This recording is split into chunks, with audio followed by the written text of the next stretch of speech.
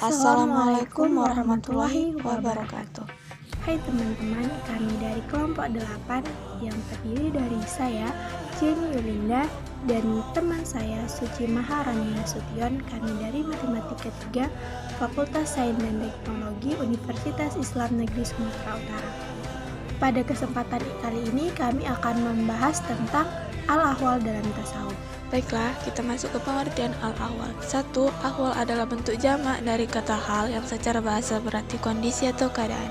2. Menurut istilah ilmu tasawuf atau in al-mutashawifin, hal berarti perasaan yang menggerakkan dan mempengaruhi hati yang disebabkan karena bersihnya zikir. 3. Al-Junaidi berkata, hawal adalah perolehan yang mengenai dalam hati dengan tanpa adanya usaha, maka sifatnya tidak tetap atau konstan.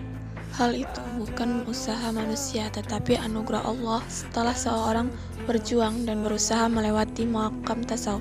Dalam pandangan Harun Nasution, sebagaimana dikutip oleh Abu Dinnata, hal merupakan keadaan mental seperti perasaan sedih, menangis, takut, senang, dan sebagainya.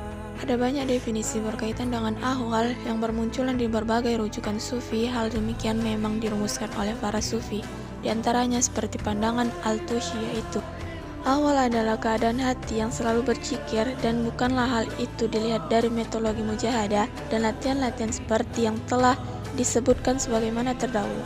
Ahwal tersebut seperti merasa diawasi Allah Subhanahu wa taala, perasaan dekat dengan Allah Subhanahu wa taala, rasa cinta, takut, harap, rindu, tenang, yakin, dan lainnya. Kutipan di atas menerangkan bahwa ahwal adalah suatu kondisi jiwa yang diperoleh lewat kesucian hati. Hal adalah sebuah pemberian Allah Subhanahu wa taala dan bukan suatu yang diusahakan seperti muqamat. Ahwal sering diperoleh secara spontan sebagai hadiah dari Tuhan. Contoh ahwal yang sering disebut adalah takut, syukur, rendah hati, ikhlas, takwa, gembira. Walaupun definisi yang diberikan sering berlawanan makna, namun kebanyakan mereka mengatakan bahwa ahwal dialami secara spontan dan berlangsung sebentar dan diperoleh bukan atas dasar usaha sadar dan perjuangan keras, seperti halnya pada muqamat, melainkan sebagai hadiah dari kilatan ilahiyah atau divine flash yang biasa disebut lama'ah. Selanjutnya kita akan membahas tentang macam-macam al-ahwal. Di antara macam-macam hal yaitu 1. Murakabah, 2. Kauf, 3. Raja, 4. Sauk, 5. Mahabbah, 6. Tuma'inah, 7. Musyahadah, dan 8. Yakin. Yang pertama, kita akan membahas tentang murakabah. Secara etimologi, murakabah berarti menjaga atau mengamati tujuan. Adapun secara terminologi, murakabah adalah salah satu sikap mental yang mengandung pengertian adanya kesadaran diri bahwa ia selalu berhadapan dengan Allah dan merasa diri diawasi oleh penciptanya. Murakabah berarti sama dengan al-ihsan, yaitu keyakinan yang mendalam bahwa Allah Subhanahu wa taala terus mengamati seluruh aktivitas seseorang hamba, baik lahir maupun batin. Yang kedua yaitu kauf atau takut. Hakikat takut atau al-kauf dijelaskan secara berulang kali dalam Al-Quran dan dapat ditemukan dalam hadis dan atsar. Abu Al-Qasim Al-Hakim mengatakan kauf memiliki dua bentuk, rahbah yakni orang yang berlindung kepada Allah Subhanahu wa taala, dan khasyah yakni orang yang ditarik kendali ilmu dan melaksanakan kebenaran. Berdasarkan pendapat mereka, al-kauf berarti seorang hamba hanya takut kepada Allah Subhanahu wa taala dan tidak takut kepada selainnya. Ketiga, raja. Raja bermakna harapan. Al-Ghazali memandang raja sebagai senangnya hati karena menunggu sang kekasih datang kepadanya. Raja adalah sikap optimis dan memperoleh karunia dan nikmat Allah Subhanahu wa taala yang disediakan bagi hambanya yang saleh. Dan dalam dirinya timbul rasa optimis yang besar untuk melakukan berbagai amal terpuji dan menjauhi perbuatan yang buruk dan keji. Yang keempat yaitu sauk. Para sufi telah menjelaskan makna al-sauk dalam karya-karya mereka.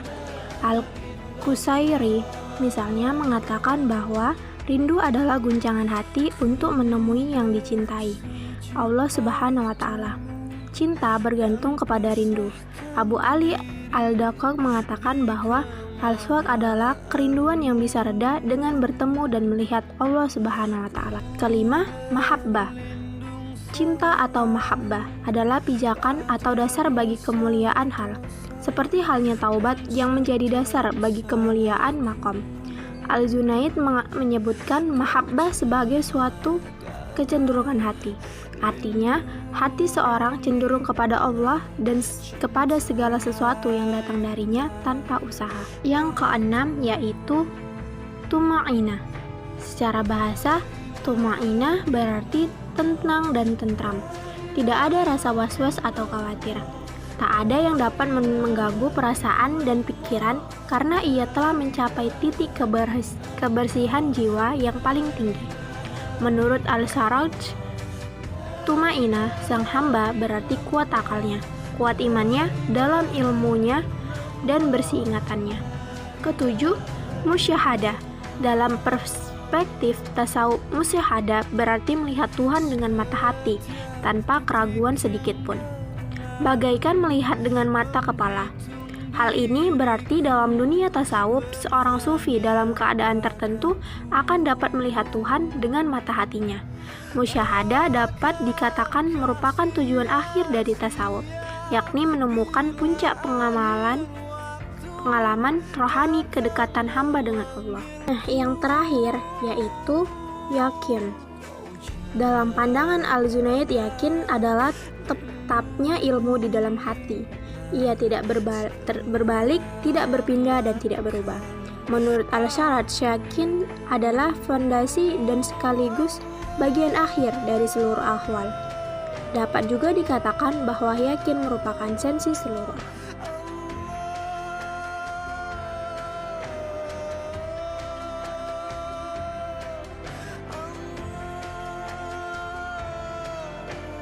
Sebelumnya jangan lupa like, comment, and subscribe teman-teman.